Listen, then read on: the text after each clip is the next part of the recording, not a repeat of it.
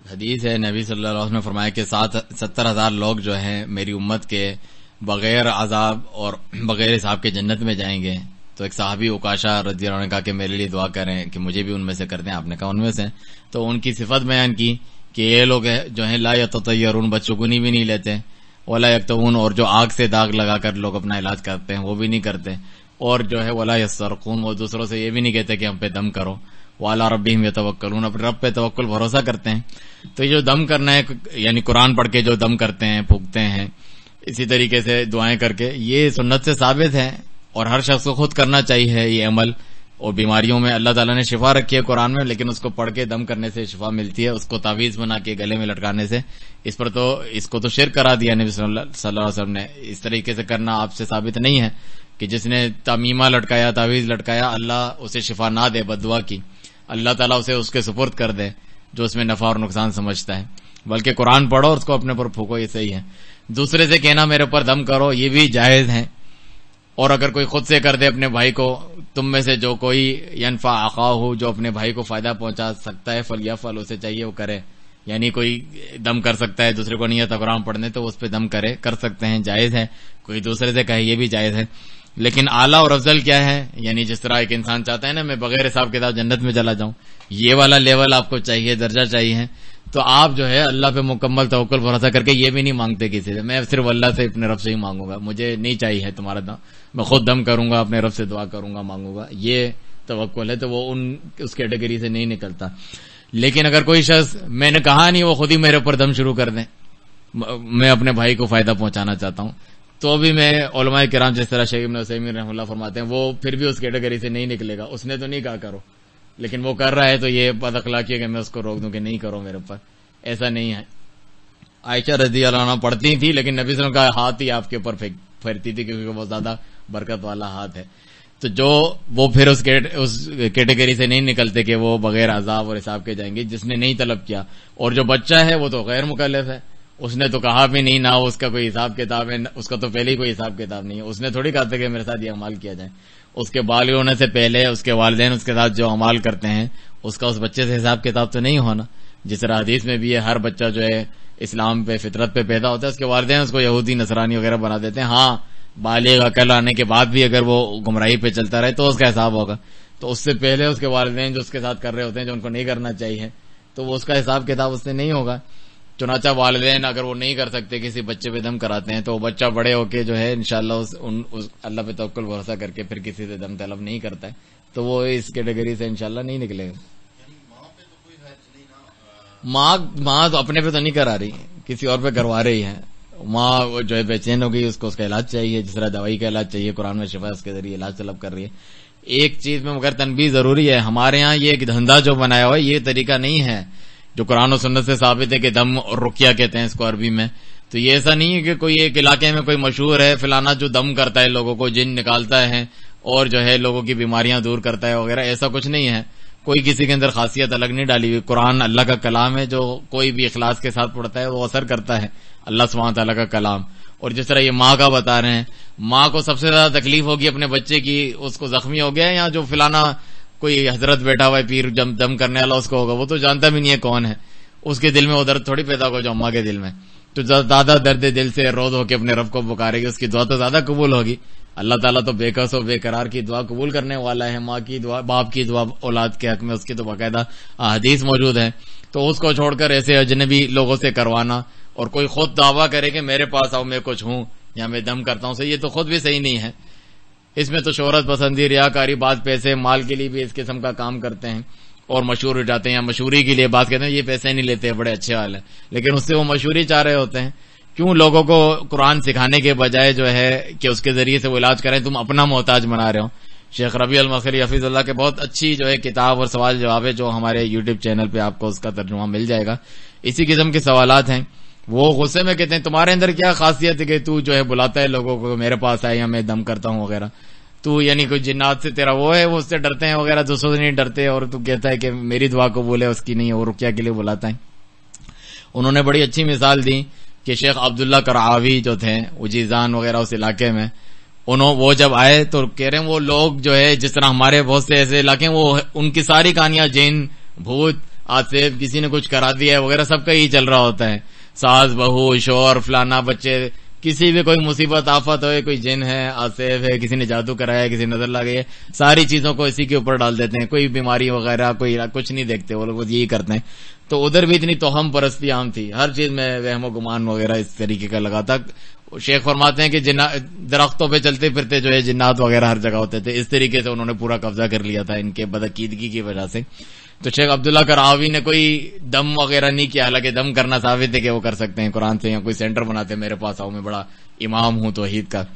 انہوں نے کچھ نہیں کیا، انہوں نے کہا لوگوں کو بس توحید سکھانا شروع کر دی، شرکی عقائد سے بچانا شروع کر دیا، تعلیم دینا شروع کر دی، کتاب التوحید اور دوسری چیزوں کی علاج رہنے دیا، ان کا توحید کی تعلیم دی، ان کا عقیدہ مضبوط کیا، بدشگونیاں فلانا چیزیں دور کی. کہہ رہے لوگ وہ خود ہی صحیح ہو گئے. ایسی اکثر چیزیں خود ہی دور ہو جاتی ہیں، اپنا عقیدہ تو مضبوط کرو. ہر چیز میں جو ہے اتنے کمزور ہوتے ہیں، اتنے جو شیطان کا داؤ اللہ تعالیٰ نے ذکر کیا کہ ان قید شیطانی کان ضعیفہ، وہ کمزور ہے. تم جب ڈرتے ہو تو وہ شیر ہو جاتا ہے تمہارے اوپر. تم جب بہادری سے، جو ایک مومن ایک توحید والا ہوتا ہے نہیں ڈرتا اس سے، تو وہ کمزور ہوتا ہے، وہ تو ڈرتا ہے، وہ بھاگتا ہے، وہ آپ کے اوپر جو ہے اس طریقے سے قابو نہیں کر سکتا ہے کہ آپ کو اس طریقے سے نقصان پہنچائے، یا جو ہر چیخ بھی آتی ہے آپ پریشان ہوتے ہیں کہ کیا ہو گیا ہے. تو اس چیز میں ایسے لوگوں کے پاس جانا بھی نہیں چاہیے. اکثر لوگ تو جھوٹ بول رہے ہوتے ہیں، ہم قرآن پڑھ رہے ہیں، آہستہ آباد میں دوسری شیطانی چیزیں پڑھ رہے ہیں. ماں کا نام کیوں پوچھ رہا ہے تو، اور جو رومال لے کر آؤ وہ کیوں پوچھ رہا ہے اگر تو جو ہے قرآن سے کرتا ہے، اور کالا ہی بکرا مرغا اور فلان جگہ پر میں ذبح کروں اور کھاؤں بھی نہیں، اس کو پھینک کر کیوں آؤں. یہ بہت سارے وہ کہہ رہے ہیں ہم توحید والے ہیں فلانا والے ہیں، اور وہ جادو اس کے ذریعے سے علاج کراتے ہیں. ہمارے یہاں پہ کراچی میں جامع وغیرہ ہوتا تھا، اس کے شیخ فلانا عالم اور مدینہ سے فارغ، ان کے وہ جادو کے علاج کے لیے مشہور تھے. ان کے پاس کوئی جاتے ہیں ماں کا بھی نام پوچھتے ہیں، رومال بھی منگاتے ہیں. تو کیا سیکھ کر آیا ہے توحید وغیرہ فلانا، نہیں ہو تو صحیح والا علاج کرتے ہیں، پھر یہ کیوں پوچھ رہا ہے. یہ چیزیں تو یہ چیزیں معاملے کو جو ہے گڑبڑ کر دیتی ہیں. تو اسی لیے منع کیا ہے کہ یہ تعویذ گنڈے اور یہ جو اس قسم کے دم جھاڑ کرنے والے ہیں، ان سے موجودہ دور میں تو بچ کے رہیں. آپ خود قرآن پڑھیں، پڑھنے کیا مطلب، اگر یاد نہیں ہے آپ دیکھ کے پڑھیں اور پھونکیں.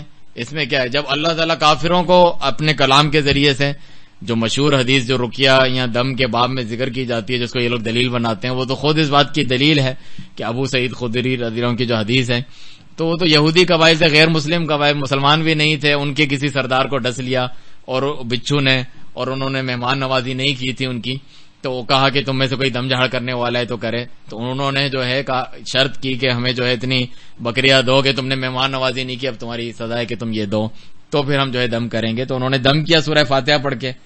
نبی نے کہا کہ یہ رقیہ ہے، یعنی دم اس کے ذریعے سے کیا جا سکتا ہے. تو اللہ تعالیٰ نے شفا دے دی، وہ صحیح ہو گیا. اللہ کے کلام میں اتنی تاثیر اور طاقت ہے کہ اس کے ذریعے سے ہی جو ہے اللہ سبحانہ تعالیٰ نے شفا دی. تو یہ تو ثابت ہے. یہ کس طرح سے کہتے ہیں کہ ہم تو جب گنہگار ہیں، تم مومن ہوئے، کلمہ پڑھنے والے، نماز پڑھنے والے، تم اتنا کم بھروسہ رکھتے ہو اپنے رب پہ، اتنے جو تم اور جو ہے اپنے رب کو پکارنے سے نا امید ہو.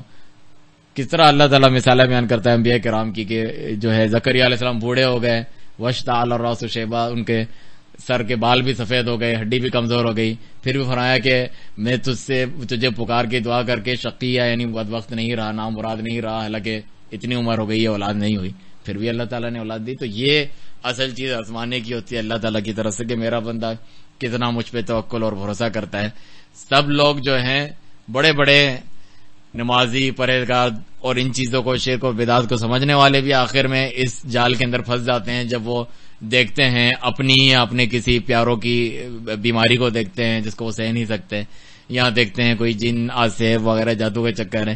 ہم نے تو سارے علاج کرا لیے، ہم نے تو قرآن بھی پڑھ لیا، کوئی اثر ہی نہیں ہے، بیچارہ پریشان ہے، فلانا ہے. اب کوئی ادھر پھر شیطان آتا ہے، یار فلاں جگہ جاؤ، فلاں بھی تو صحیح ہو گیا تھا، فلاں مزار پہ جا کے فلاں کے پاس جو ہے دم کرایا تھا، شیطان جادوگر کاہن پتہ نہیں کون، اس کے پاس جاؤ، عامل کے پاس صحیح ہو گیا تھا. ماں مجبور ہو کے باپ کو تنگ کر کے دیکھو بچہ صحیح نہیں ہو رہا، آخر میں وہاں جا کے دیکھ لیتے ہیں کیا ہے اس میں، تو پھر وہ گئے دنیا اور آخرت سے اپنے شرک میں مبتلا ہو گئے. ادھر ہی تو اصل آزمائش ہوتی ہے، کیونکہ ہم جب قرآن پڑھ رہے ہوتے ہیں اس کو بھی پورے یقین توکل سے نہیں، آزمانے کے لیے پڑھتے ہیں. ہوتا ہے صحیح نہیں ہوتا، ایک دن پڑھ کے دیکھا کچھ نہیں ہوا تو تم نے پڑھائی اسی لیے تھا کہ دیکھوں کہ کچھ ہوتا ہے نہیں ہوتا. اس طریقے سے تھوڑی کرتے ہیں. پورے یقین توکل سے کرتے ہیں کہ اپنے رب پہ جو یقین کرتا ہے تو وہ اس کی ایسے نیک اللہ کے بندے ہوتے ہیں جو قسم کھا لے اللہ تعالیٰ اس کی قسم کو پورا کر دیتے ہیں. تم ایسا یقین توکل بھروسہ ایمان اللہ تعالیٰ کے اپنے دل کے اندر پیدا تو کرو اس کے کلام کے تعلق سے. ایسے جو ہے اتنا کھوکھلا سا ایمان وغیرہ اور آزمائشی طور پہ پڑھنا وغیرہ پھر ان کا اثر نہیں ہوتا اور آخر کار وہ اپنے وہ بدعقیدگی والے وہ جیت جاتے ہیں, اپنی طرف لے جاتے ہیں, کامیاب ہو جاتے ہیں, ان کی دنیا آخرت دونوں برباد کر دیتے ہیں. کچھ وقتی فائدہ مل جاتا ہو, جس طرح اس بارے میں بہت سارے لوگ اس چیز کو دلیل بناتے ہیں نا کہ فلاں لے گئے تھے صحیح ہو گیا نا اس کے پاس, تم یہ وہاں بھی لوگ کہہ رہے تھے نہیں جاؤ فلاں صحیح ہو گیا. تو عبداللہ بن مسعود رضی اللہ عنہ ان کی بیوی جو ہیں وہ بھی جب وہ گھر میں گئے کوئی یہودیہ تھیں اور جو ہے وہ دم جھاڑ کر رہی تھی یا کوئی ایسے تعویذ والا چکر تھا, سنن نبی داؤد وغیرہ کی حدیث ہے. جب وہ آئے گھر میں چھپ گئی نیچے اور پھر کہا کہ یہ کیا تھا, تم کیا کر رہی تھی, یہ کیا پڑھ رہی تھی, کہا میں, اور حدیث سنائی کہ ان الرقا والتمائم والطولۃ شرک, کہ یہ جو دم جھاڑ ہیں یہ تم کرتے ہو شرکیہ والے, اور جو تعویذ گنڈے ہیں اور جو محبت کے لیے جادو کرتے ہیں یہ سب جو ہے شرک ہے. اور عبداللہ بن مسعود رضی اللہ عنہ کے گھر والے شرک سے پاک ہیں. تو کہا آپ یہ کیسے کہتے ہیں, میرے آنکھ میں تکلیف ہوتی ہے جب وہ کرتی ہے تو وہ صحیح ہو جاتی ہیں. کہا اس کے ساتھ شیطان ملا ہوا ہوتا ہے, وہ خود مشرک ہوتے ہیں تو شیطان کو خوش کرتے ہیں شرک کر کے, شیطان پھر ان کے کچھ کام بنا دیتا ہے جو شیطان جنات ساتھی اس کے چیلے ہیں کہ ہمارا بھی کام چلتا رہے تیرا بھی. تو جب تو وہ پڑھتے ہیں تو تجھے مارنا چھوڑ دیتا ہے, جب تو نہیں پڑھواتی اس سے یا نہیں باندھتے مسلم بعض لوگ تعویذ تو اس کو مارنا شروع کر دیتا ہے. اس میں بہت سارا نفسیاتی چکر ہوتا ہے. آپ کو بھی میں بول دوں یہ موبائل اگر جیب میں ڈالو گے نا تمہاری بیماری صحیح ہو جائے گی, وہ آدھے سر کا درد اس کا ختم ہو جاتا ہے یہ سوچ کے ڈاکٹر نے کہا ہے کہ اس کے ڈالنے سے ہو جاتا ہے. تو وہ اس کی نفسیات سے بھی کھیلتے ہیں لوگوں کی, اور ساتھ میں شیاطین بھی ملے ہوئے ہوتے ہیں. تو اس وجہ سے یہ سمجھتے ہیں کہ دیکھو میں وہاں گیا تو ہو گیا, حالانکہ تو وہاں نہیں بھی جاتا پھر بھی وہ ہو جاتا. یہ جو کافر مشرک ہیں ہندو ہیں وہ بتوں کی پوجا کرتے ہیں وہ تو سب مشرک مانتے ہیں ان کو کافر, ان کی بھی تو اولادیں ہوتی ہیں, ان کے بھی تو مریض صحیح ہو جاتے ہیں. تو یہ دلیل ہے کہ یہ جو ہندو پوجا کرتے ہیں بتوں کی اور گائیں کی فلانا صحیح ہے نہیں, وہ تو ویسے ہی ہونا ہوتا ہے, اللہ نے لکھا ہوا ہوتا ہے. لیکن تمہارا بیڑا غرق ہو جاتا ہے, وہاں پر عقیدے کی آزمائش ہوتی ہے آخر میں کہ تم وہاں جاتے ہو یا وہاں جاتے ہو, مسجد میں جاتے ہو یا مزار پہ جا کے جو ہے دعائیاں دیتے ہو اور نظریں چڑھاتے ہو.